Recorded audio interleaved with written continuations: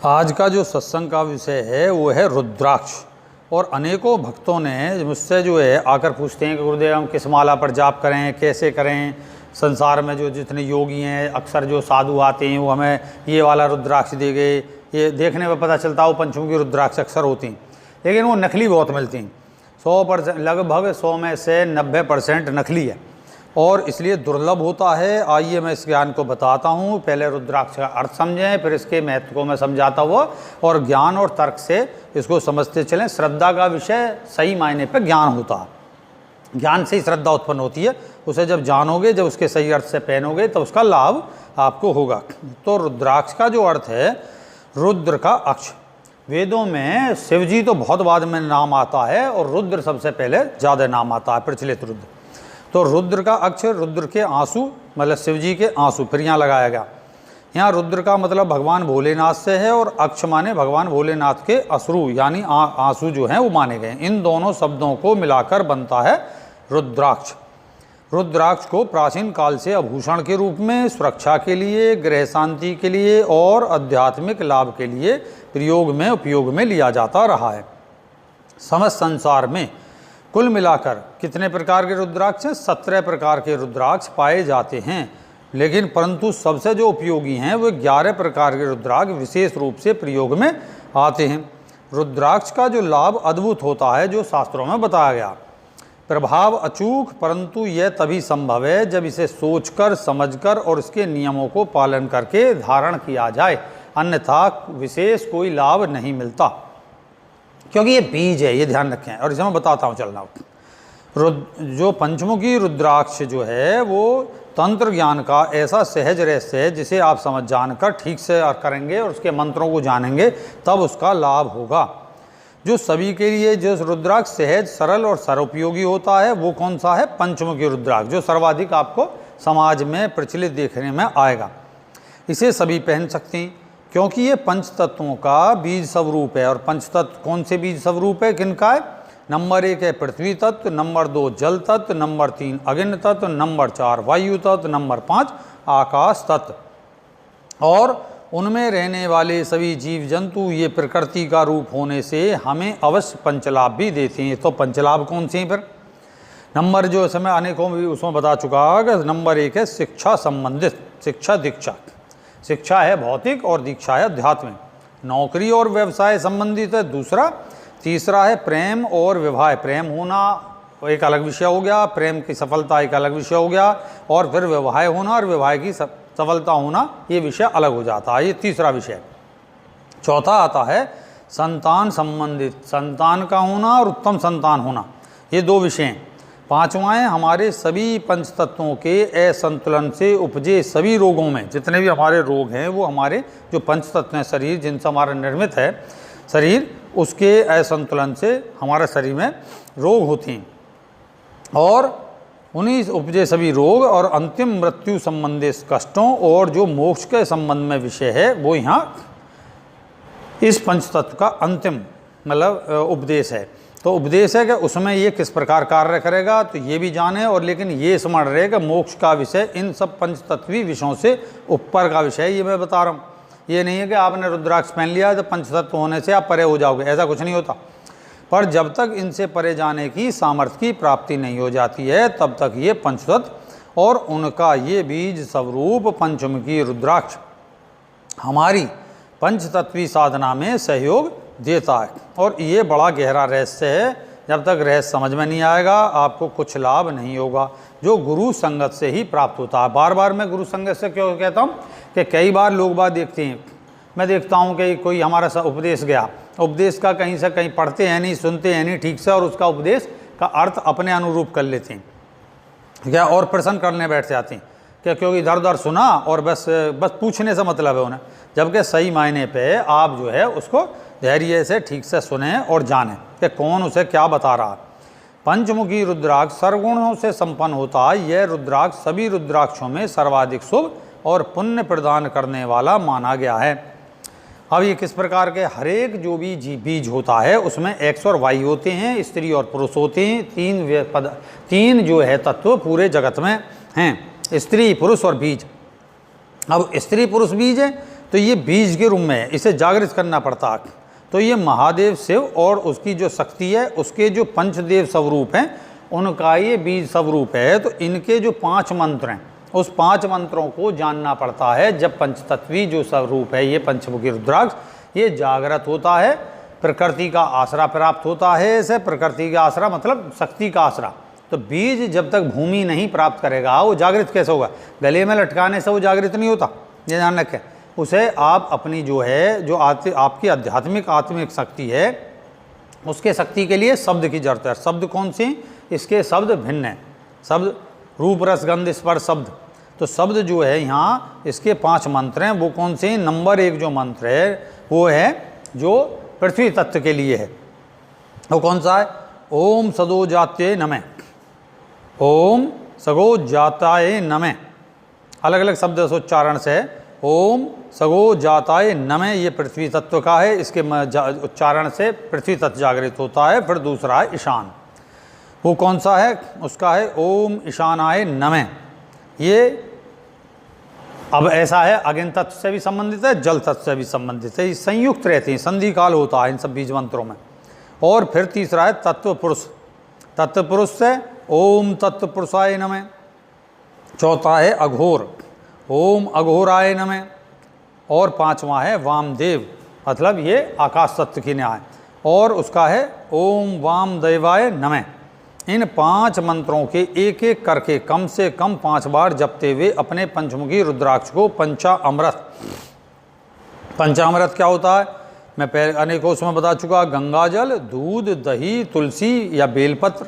अब यहाँ देवताओं के आधार पर थोड़ा सा विषय, मतलब जो वृक्षों के पत्ते हैं या जैसे तुलसी है, एक अलग है। शिव जी के उसमें बेलपत्र का उपयोग ज़्यादा है, तो इसलिए पंचामृत थोड़ा सा भिन्न हो जाता है। गंगाजल, दूध, दही और बेलपत्र। 5वां है गाय का घी। गाय का घी अगर नहीं मिलता है तो फिर जो उपयोगी घी है वो आप उपयोग में लेंगे। स्नान, इन सबको 5 को मिलाने के प्रांत में स्नान कराते हुए इससे पंचतत्व रूपी जो है ये पंचामृत पूजा, यानी रुद्राक्ष जो पंचमुखी है उसके बीज को चेतन यानी जागृत करना पड़ता है। क्योंकि ऐसा करने से ही पंचों देव रूप रुद्र और उनकी 5 शक्तियाँ पंचमुखी रुद्राक्ष में से चेतन और जागरूक होकर जो निवास करती है, कहा गया कि उसमें स्थित है, बीज में होती है स्थित। तभी तो आप देखोगे बीज देखने में जरा सा और फिर उससे इतना विशाल वृक्ष, वट का वृक्ष, पीपल का वृक्ष आदि सब वृक्ष आ जाती हैं। तो पंचमुखी रुद्राक्ष में भी जागृति आती है और वो साधक को फल प्रदान करते हैं। यही कारण है कि माता रूपी जो भूमि है पृथ्वी पर पंचमुखी जो रुद्राक्ष है वो सर्वाधिक रूप में पाया जाता है। और इसका प्रचार प्रसार भी प्राय सभी क्षेत्रों में हुआ है। पंचमुखी रुद्राक्ष और उसका ज्योतिष में क्या उपयोगी है ये यहाँ बताओ। ये बताता हूँ कि पंचमुखी रुद्राक्ष साक्षात, कितनी बार बता, साक्षात रुद्र और उसकी शक्ति का रूप है। ज्योतिष में इसका आधिकारिक जो ग्रह है वो है बृहस्पति। ज्योतिष शास्त्र में जो पंचमुखी रुद्राक्ष का जो ग्रह है वो है बृहस्पति। बृहस्पति का अर्थ है विशाल, यानी आपकी जन्म कुंडली में बृहस्पति जब ग्रह कमजोर और दूषित होगा और उसकी महादशा और अंतरदशा चल रही होगी तो आपको और नेचुरल विपरीत लाभ मिलेगा, नेगेटिव लाभ मिलता है। तो और उसकी शांति और निवारण के लिए इस रुद्राक्ष को उपरोक्त विधि जो मैंने अभी 5 जो बताए उन मंत्रों के साथ गुरुवार को अवश्य धारण जप करने और पंचामृत से स्नान कराने के उपरांत धारण करना चाहिए। अब जो महंगे रतन नहीं पहन सकते उनके लिए ये सब उपयोगी हैं। पहले इतना आसान नहीं था, रतन इतने मिलते नहीं थे, राजे महाराजाओं के काम होते थे राजा ये रतन वगैरह। तो पहले समाज में महात्माओं ने ज़्यादातर इस प्रकार बीजों को चेतन करके जन साधारण के लिए उपयोगी बनाया।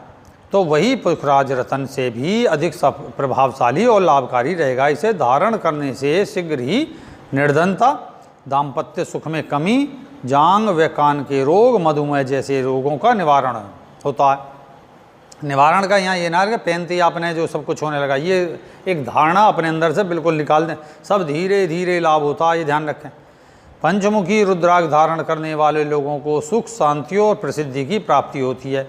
ये अनेकों हर समय मिलेगा आपको पंचतत्व जो भी, क्योंकि संसार में जितने बीज हैं और जितना भी सब जो प्रकृति से निर्मित तत्व है वो सब पंचतत्व है। और पंचतत्व का जो है मैंने बता दी जो शिक्षा दीक्षा विवाह संतान जो तुम्हारा ये नौकरी व्यवसाय और आपका जो है मोक्ष आदि ये विषय जो हैं ये सब हैं। तो ये सभी से प्राप्त होता है, लेकिन हर एक के लिए औषधि अलग अलग है और उसका उपाय अलग अलग तरीके से। तो हृदय रोगियों के लिए ये रामबाण भी है और इससे आत्मविश्वास और मनोबल और ईश्वर के प्रति श्रद्धा बढ़ती है। अब जैसे बताया ज्योतिष में किस किस राशि वालों को ये पहनना चाहिए अथवा विशेष लाभ करेगा, कौन सा, जो मैंने बताई पंचतत्व वाला जो है पंचमुखी रुद्राक्ष। तो वो है मेष, कर्क, सिंह, वृश्चिक, धनु और मीन। ये राशि मेन है। ये वैसे 6 हो गई, मेष, कर्क, सिंह, वृश्चिक, धनु और मीन। इन जातकों को ये पंचमुखी रुद्राक्ष विशेष लाभ रूप कर धारण करना चाहिए। विशेष लाभ के लिए पंच मतलब जो है शुद्धिकरण, जो है पंच शुद्धिकरण जो भी मैंने बताई, दूध, दही, शहद, बेलपत्तर, दूध मतलब गाय का घी, इस तरीके से। और शुभ लाभ और सिद्धि के लिए कैसे पहने रुद्राक्ष? एक बड़ी सी थाली में जो मैंने अभी ऊपर पंचामृत बताए हैं उनमें से एक एक पदार्थ को धीरे धीरे अपना गुरु मंत्र, मतलब पहले क्या डालेंगे, जैसे आपने दूध डाला, फिर डाला गंगा जल, फिर डाला दही, फिर डाला बेलपत्र, फिर डाला गाय का घी, इस तरीके से जैसे डालोगे, या बेलपत्र की जगह आपने पंचामृत में उपयोग लिया तुलसा जी। तो जो एक एक तत्व, ये नहीं सारे एकदम पट पट पट घेरते चले गए, उससे लाभ नहीं होता। एक एक तत्व घेरो और उस तत्व के साथ ही मंत्र का उपयोग करें और अपनी जो भावना है आंतरिक, जो आपके पॉजिटिविटी की धारणा है, मंत्र जप रहे हैं, गुरु में विश्वास है, वो सब डालते हुए भी चलें। सब संयुक्त होकर जब पंचतत्व जागृत होते हैं। इतना आसान नहीं है ये सब, लेकिन कहने और सुनने से जब करोगे तभी कुछ लाभ होगा। तो जैसे गंगा जल को भी मंजा थाली में थोड़ा थोड़ा डालते हुए जपें, सत्यम सिद्धाय नमः बोलें। और जो मैंने यहाँ मंत्र बताया कैसे, गंगा जल आपने डाला तो आप ओम सदो जात्याय नमः बोलेंगे, फिर दूध को धीरे धीरे डालते हुए 5 बार बोलेंगे ओम ईशानाय नमः, 6ठी बार फिर दही को डालते हुए 5 बार मंत्र बोलेंगे ओम तत्व पुरुषाय नमः, फिर तुलसी के 5 पत्ते या बेल पत्तर के पत्ते 5 डालते हुए एक एक करके, मतलब 5 बार डालेंगे 5 पत्र, तो 5 बार मंत्र बोलें ओम अघोराय नमः। और फिर गाय का भी घी धीरे धीरे डालते हुए 5 बार मंत्र बोलें कि ओम वामदेवाय नमः। तब इस पंचामृत में अपना पंचमुखी रुद्राक्ष को अपने गुरु मंत्र के बाद अपने इष्ट मंत्र को जपते हुए, ये तो मैंने बताया जो शास्त्रगत हैं, जो ये पंच अभी आपको मंत्र बताए गए, और आपके पास गुरु मंत्र है जैसे सत्यम सिद्धाय नमः, तब आप एक एक घी दूध से जैसे घी डाला तो आप बोलेंगे सत्यम सिद्धाय नमः फट स्वाहा, फिर आप जल डालेंगे गंगा जल सत्यम सिद्धाय नमः फट स्वाहा, घी डालेंगे सत्यम सिद्धाय नमः फट स्वाहा।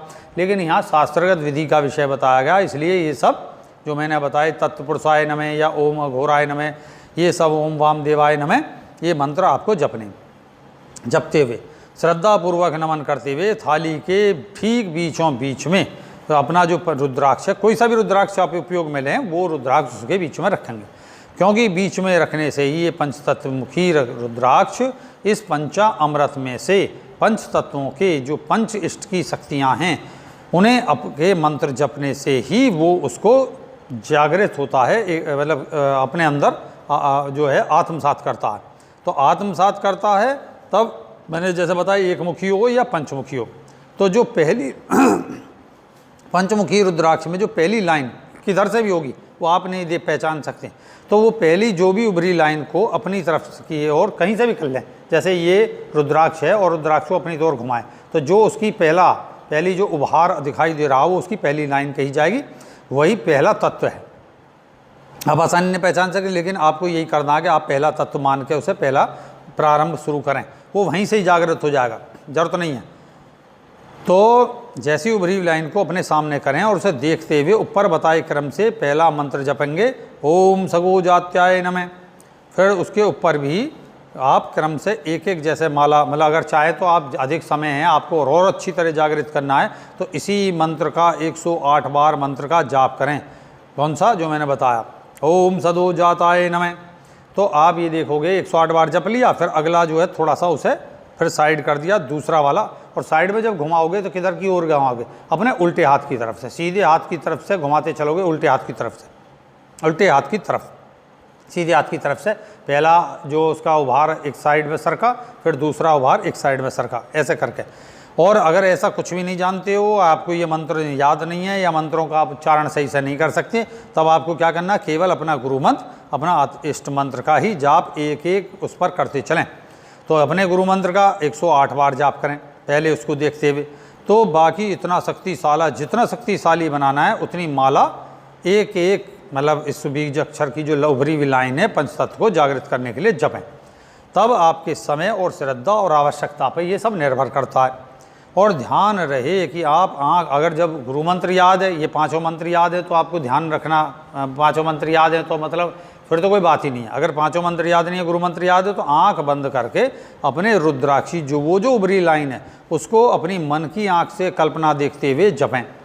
और जब आंख खोलें तब केवल रुद्राक्ष पर ही नज़र पड़े। इससे आपके अंदर की उस जो आप मंत्र जप रहे हैं उस मंत्र से उत्पन्न उस देव देवी की ऊर्जा शक्ति उस रुद्राक्ष में सीधी जाकर उसमें छिपे उस तत्व को जागृत करेगी। ठीक ऐसे ही आप जब रुद्राक्षी दूसरी उभरी हुई लाइन को अपनी ओर से करके, जो मैंने बताया कि दूसरा मंत्र किधर से सीधी हाथ से उल्टी ओर की ओर थोड़ा घुमा देंगे, फिर आपके सामने दूसरी वाली लाइन आ जाएगी। तब उस पर भी इसी प्रकार से 5 या 108 बार मंत्र जपें। और मैंने बताया पहले उस लाइन को देख लें, आंख बंद कर लें, फिर अपने गुरु मंत्र या इष्ट मंत्र का जाप करते हुए ध्यान करें। किसका, जो अभी अपने रुद्राक्ष जो सामने रखा है, और सीधी आँख खोलें, फिर उसे देखें, फिर हाथ से अगला जो है उसे खिसका दें उल्टे हाथ की तरफ। तब अपने मंत्र रुद्राक्ष को उस एक एक करके ऐसे जपते जाएं। तब ये ध्यान रहे कि आप रुद्राक्षी एक मतलब जो कितनी बार दोहरा रहा हूँ कि लाइन को अपनी ओर करते जाएं, उल्टे हाथ की ओर मतलब घुमाते जाएं सीधे हाथ की ओर से। तब ऐसे पांचों मंत्रों के जप के बाद आप अपने रुद्राक्ष को नमन करें। तो नमन क्यों, ये पंचदेव है हमारे सामने, सब में श्रद्धा रखी जाती है। जो भी सामने उपस्थित है वो देवी देवता है। उसे पंचामृत से अब उठाकर एक लाल रेशमी धागे या कलावे में, अगर आपके पास लाल रेशमी धागा नहीं है तो कलावे में पिरोकर बांध लें।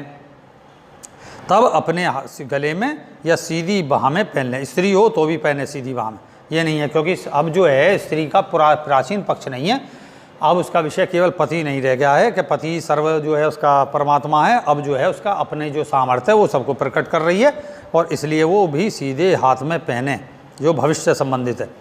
तभी अपने जो है, और अब क्या काम करें, उस पंचामृत को शेष को शिवलिंग अथवा शिव मंत्र या अपने गुरु मंत्र या इष्ट मंत्र की जाप करते हुए अपनी मनोकामना कहते हुए कि मेरा ये रुद्राक्ष आपकी कृपा, मतलब मेरे इस रुद्राक्ष पर आपकी कृपा सदा बनी रहे, और हे प्रभु मुझे आप जो है सदा लाभकारी और जो है ज्ञान देते रहें, और लाभकारी मतलब हमारे मेरे पे कृपा करते रहें, और अन्य मनोकामनाएं जो भी हों वो सब आप बोल सकती हैं। और वहाँ ध्यान रहे, वहाँ बने दान पात्र में अवश्य ही ईश्वर को समर्पित करके जो अधिक से अधिक दान दक्षिणा डालें, और अपने साथ लाए हुए प्रसाद को वहाँ चढ़ाएं, और श्रद्धालु हों तो उन्हें बांट दें, और अन्यथा मंदिर में जो है तो प्रसाद रखिए आएँ। जो अपना प्रसाद भगवान को छूकर उसे अपना भोग के रूप में ग्रहण कर लें, अगर वहाँ कोई पुजारी वगैरह नहीं है तब। और अगर वहाँ पुजारी हैं तो उन्हें देंगे, वो तो पुजारी महाराज देंगे ही आपको।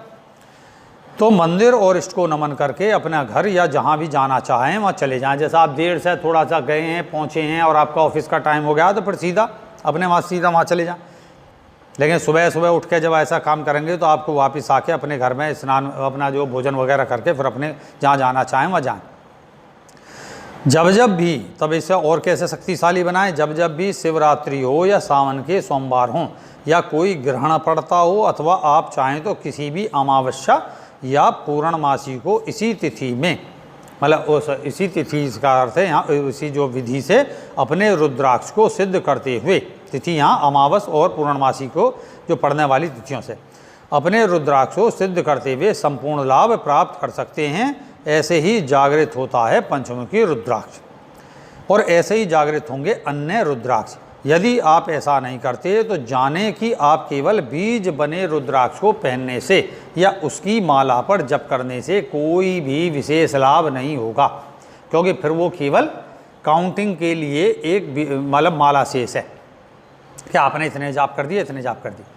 बल्कि जो पहना हुआ रुद्राक्ष है वो आपकी ऊर्जा को न्यूट्रल यानी निष्क्रिय करता हुआ, और मतलब आपकी ऊर्जा को पी जाएगा, ये ध्यान रखें। अगर आपने वैसे ही मार्केट से लिया, दूध गंगा जल से जरा सा धोया और गले में डाल लिया या अपना जप करना शुरू रहा, तो जैसे ही जप करेंगे तो प्रारंभ में आपकी जो जप माला में आपका जो मंत्र है वो आप उसकी शक्ति जो जागृत हो रही है घर्षण से, और वो उसमें चली जाएगी। जब कहीं जाकर जो आपका बीज मंत्र जागृत होगा, जो बीज मंत्र से मतलब जो रुद्राक्ष का बीज है वो जागृत होगा, फिर कहीं वो शक्ति आपको उल्टा प्रदान करेगा। इतने आपकी शक्ति को न्यूट्रल कर सकता है, निष्क्रिय कर सकता है, या मात्र पीता रहेगा। तो इसलिए इसे इस तत्व से जागृत करें और तब पहने। ऐसे ही अन्य लेखों में जो मैंने बताई है कि तुलसी वैजंती की माला, और जो मैं सत्संगों में बताता चलता हूँ कि भाई गुरुजी हम तुलसी की माला कैसे करें, वैजंती की माला को कैसे जागृत करें, उसकी विधि मैं फिर बताऊँगा। वैसे तो सबकी विधि लगभग एक सी ही है। तो मेरे अन्य लेखों को पढ़ें।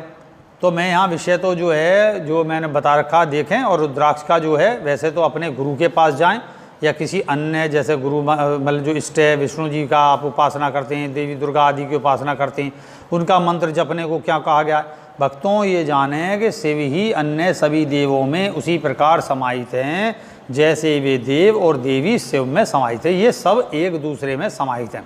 इसलिए कई बार आता है कि मेरे पे पुरानी रुद्राक्षी माला, मैं इससे क्या जाप कर लूँ। तो जब भी कोई मतलब आपकी नई माला हो या पुरानी माला हो, या उससे किसी अन्य इष्ट की जाप करें, तो पहले उसे जागृत कर लें, क्योंकि अन्यथा पहले उस पर कोई और मंत्र जपा गया है, दूसरी बार आपने कोई और मंत्र जप रहा।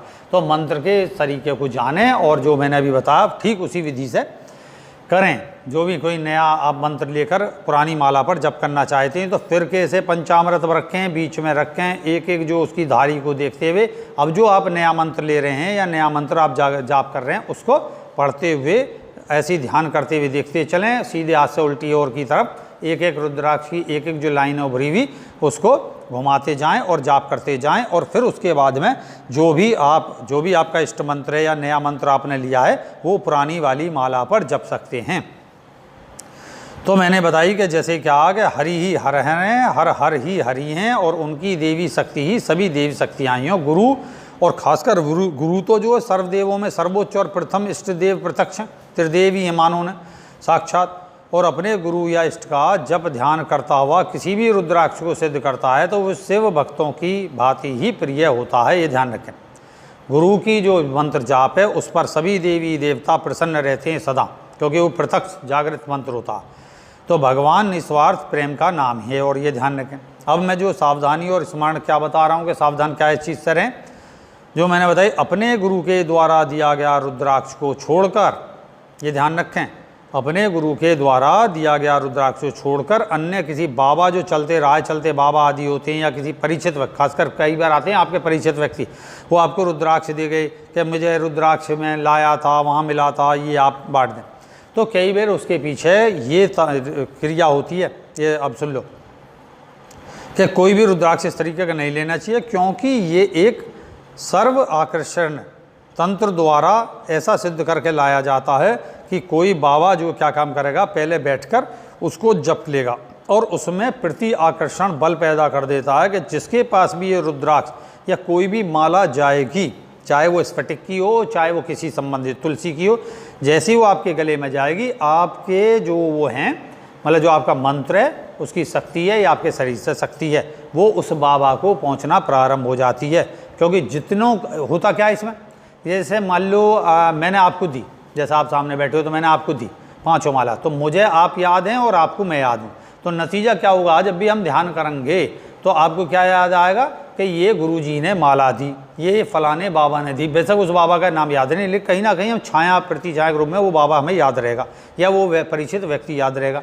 नतीजा क्या होगा, आपका जो जप का भाग है वो उस व्यक्ति को चला जाएगा और उसे मिलता रहेगा। इसलिए बहुत से बाबा जो घरों घरों में जाकर बांटते रहते हैं ये रुद्राक्षर वगैरह मोती माला, तो ये कभी भी ना लेनी चाहिए।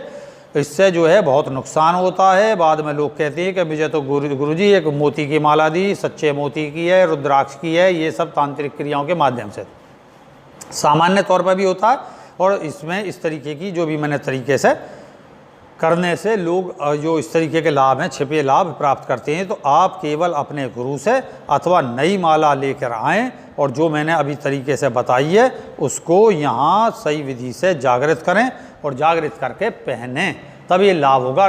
सही मायने पे जो मैं अनेकों बार कहता हूँ, जिन्होंने रेही क्रिया योग विधि ले रखी है और जिन्होंने सत्यम सिद्धायन मंत्र की दीक्षा ले रखी है, उन्हें किसी प्रकार के रुद्राक्ष की या किसी प्रकार के मोती माला वगैरह की, उनके लिए सब काउंटिंग है। लेकिन फिर भी जब जपात सिद्धम, और जपने से सिद्धि होती है, लेकिन जपने से सिद्धि मन में। तुमने बाद में देखा होगा जितने योगी हैं वो अंतर्मुखी हो गए, वो बाहरी माला, जब भी तो कबीरदास की है, माला फेर जुग गया हो गया नो मन का फेर, और मन का डारी दे मन का फेर। इसी के साथ सत्संग को समाप्त करता हूँ। आपको ये रहस्य भी बता गया, करना चाहें इस तरीके से करें, ये बिल्कुल प्रमाणिक विधि है, और नहीं तो अन्यथा यही क्रिया योग है ही, उसे आप करोगे तो सब प्रकार के लाभ, भौतिक आध्यात्मिक लाभ की प्राप्ति करोगे, आत्मोक्ष की प्राप्ति करोगे। और इसके साथ आपको सत्संग में आशीर्वाद देता हूँ। जय सत्योम सिद्धाय नमः।